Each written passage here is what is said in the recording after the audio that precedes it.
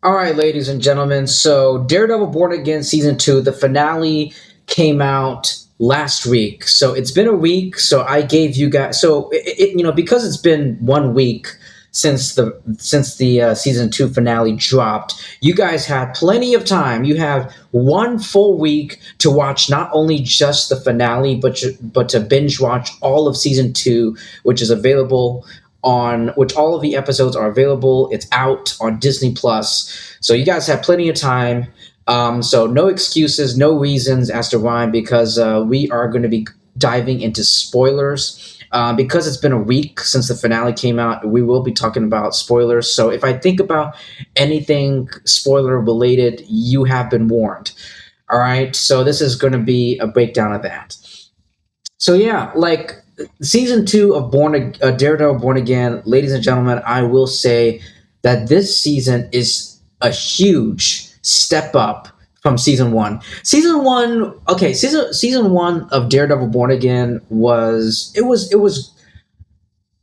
good, not great. It wasn't like, it wasn't on the level of Netflix. It wasn't on the level of Netflix.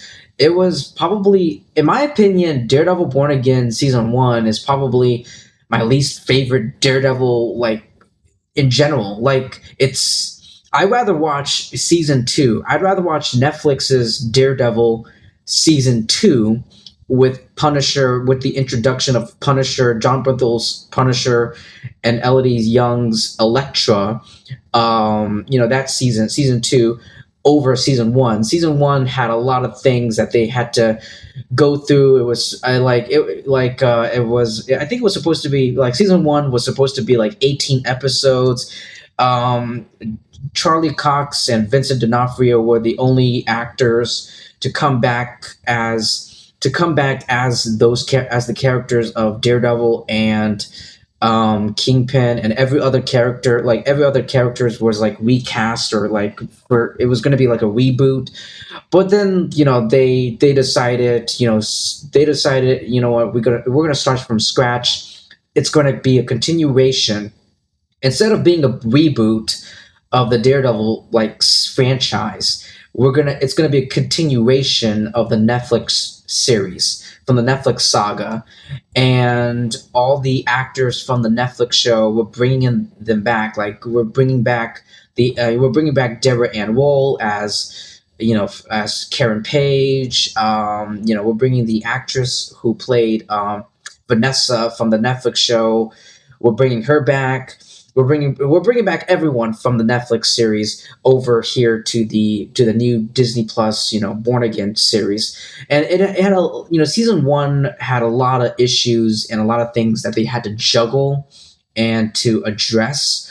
And maybe because of that, it failed. I didn't really like it because after episode 1 of Daredevil Born Again season 1, like, we spent like 5 episodes of just Matt Murdock, and then episode 6, becomes Daredevil. He finally becomes born again as Daredevil. He puts on the red costume. But yeah, it had a lot of issues that it had to um address, and all that. But with all that out of the way, um you know the second season of Daredevil Born Again, it has a lot. It's a high stake. It's a high stakes, resistance style sequel that really manages to bridge the gap between the gritty Netflix era and the broader Marvel Cinematic Universe, spanning 8 episodes. It offers a more streamlined and focused narrative than its predecessor, delivering a part 2 that feels both earned and inevitable. Like, season 2 really felt like a Netflix show. Like, it really bought, like, I got like, there were episodes and flashbacks. Like, there was that one episode, the Vanessa episode, where we got like flashbacks to everything that leading up to the prior of Wilson Fisk meeting Vanessa for the very first time, like leading up to that moment, the rabbit in the snowstorm painting, and also bringing back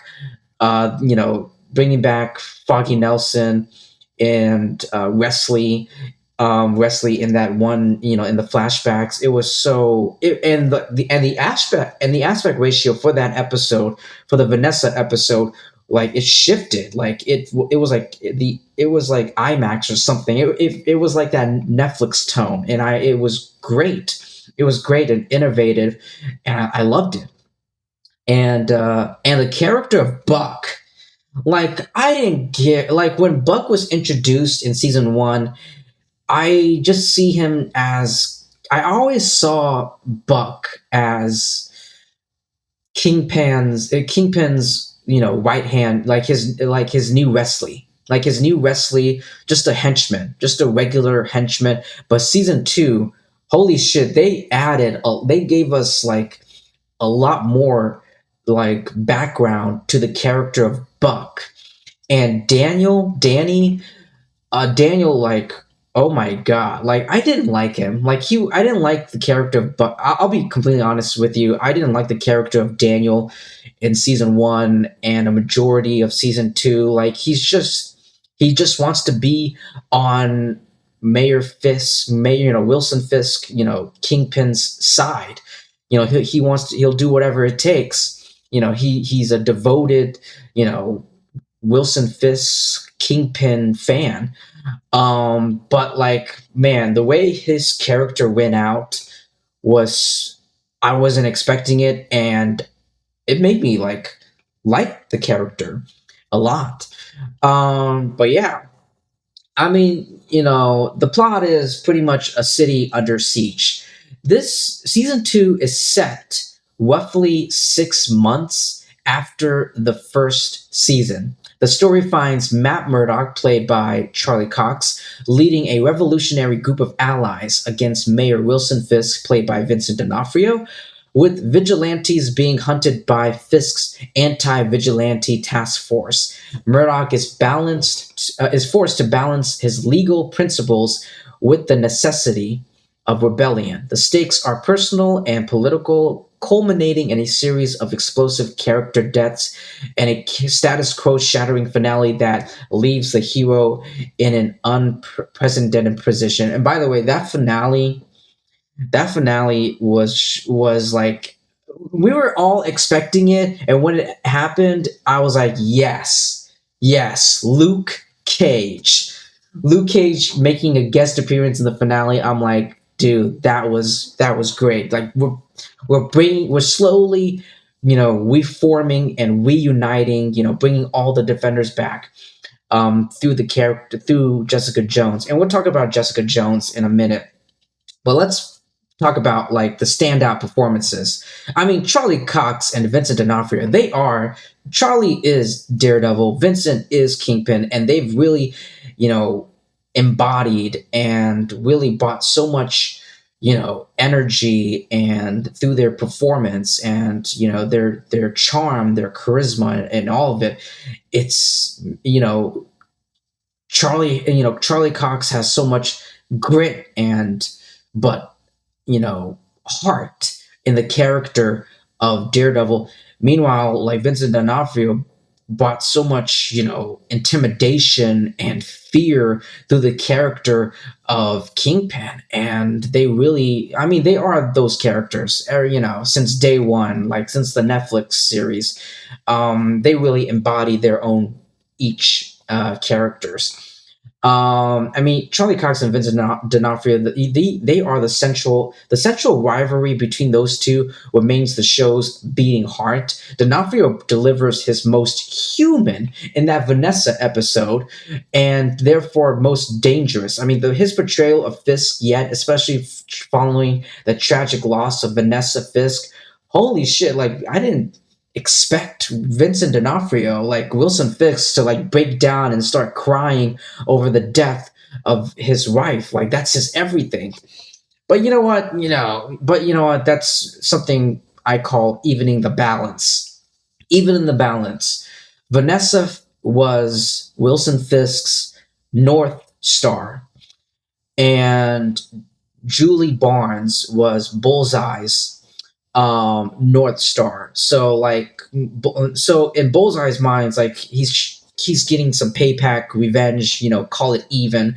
Call it even. You kill my North Star, I'll kill your North Star. So that's what Bullseye's. That's his mindset, and I'm completely on board with Bullseye. And we'll talk about Bullseye. And Bullseye's, by the way, he's the MVP. Like Bullseye is the MVP of this. Like so much. He's not just a villain. He's not just a villain. He's such a complex and rich character. And Wilson Bethel. I mean, I just love seeing so much of Bullseye. He's amazing. He's great as the character of Dex, aka Bullseye. It's great. It's great seeing him so much. So yeah. And then the return of Jessica Jones, Christian Ritter. I mean, she brings such a refreshing mama bear fierceness to the Resistance, successfully, integrating the character's new life as a mother with her classic cynicism. I mean, like she, Christian Ritter really brought the it's just great. Like ever since the announcement that Christian Ritter will return as Jessica Jones, they're bringing Jessica Jones back in season 2 of Born Again. I remember when Christian Ritter got on stage and talked about how excited she was that she loves the character of Jessica Jones. And I remember like in an interview, I think she was on a podcast. She was asked whether or not she still has her Jessica Jones, leather jacket in her closet. But I recognize those boots anywhere. And Matthew Lillard. I mean, Matthew Lillard is blowing up in so many places. I mean, like Five Nights at Freddy's, Scream 7, Daredevil Born Again season 2, and now he's going to be in Man of Tomorrow, the next Superman movie. I just love seeing Matthew Lillard. I mean, yes, just keep bringing him in. Matthew Lillard plays the mysterious CIA operative, Mr. Charles.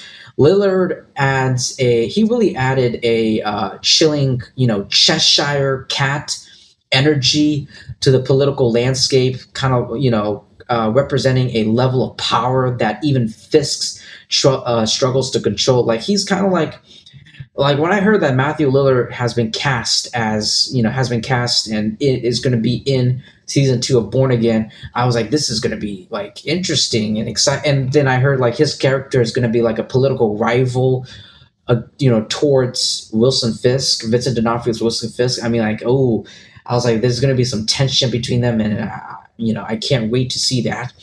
And they delivered. It was great. The action in this movie, it's not a movie. The action in this season 2, I mean, there's more dialogue than there is action. I would have loved, if I had to give any complaints, I would say that I would have loved more action to balance the drama, the narrative. But there is a lot more, there's a couple more, courtroom scenes, which is something that Matt Murdock, the character of Daredevil, is known for with his alter ego of Matt Murdock. The action in this is like a continuous shot fight in episode 3. The continuous shot fight in episode 3 is a standout. It rivals the iconic hallway scenes of the original series. And the visuals in this, I mean, the season introduces the iconic black suit with the red, double D chest emblem. He finally, after all these years,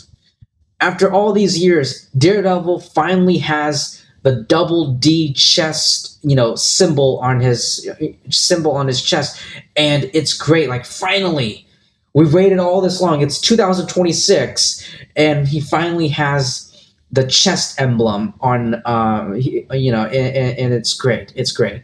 A fan favorite detail that feels like a reward for longtime viewers.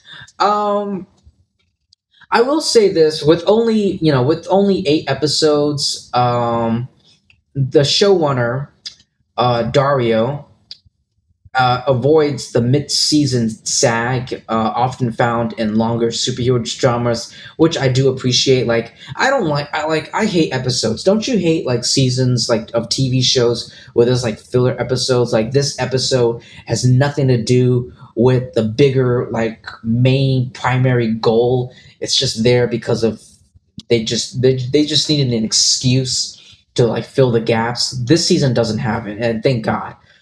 um, but yeah, my final verdict is that it is definitely an improvement over the first and one of the best of the one of the best projects from Marvel Television. I mean, the action and the performances, including those of Charlie Cox and Vincent D'Onofrio, are the highlights. They are the peak of season two. Season two really feels like it brought me back so much nostalgia of the Netflix series. If season one didn't do it for you like it didn't do it with me, season two is definitely going to do it for you. Trust me.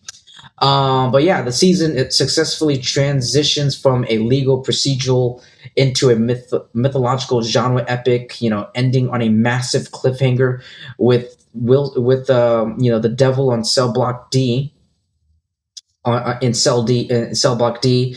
You know, Luke Cage is back, and there are some pictures. You know, Iron Fist is coming back in season three. It's gonna be crazy. The Defenders are coming back in season three, and the cliffhanger perfectly sets up the stage for the already greenlit season three, and I'm all in it for the Defenders. All right. I heard that season three there's gonna be a time jump. I don't know when, if it's gonna take place like after Brand New Day or before Avengers Doomsday or after Avengers Doomsday. Who knows? I don't know. But anyway, yeah, with all that out of the way, ladies and gentlemen, that's all I have to say for Daredevil Born Again Season 2. Thank you so much, everyone. Please like and subscribe. Definitely subscribe because that would help me and my YouTube channel out a lot. Thank you, everyone, and I'll see you in my next video. Peace.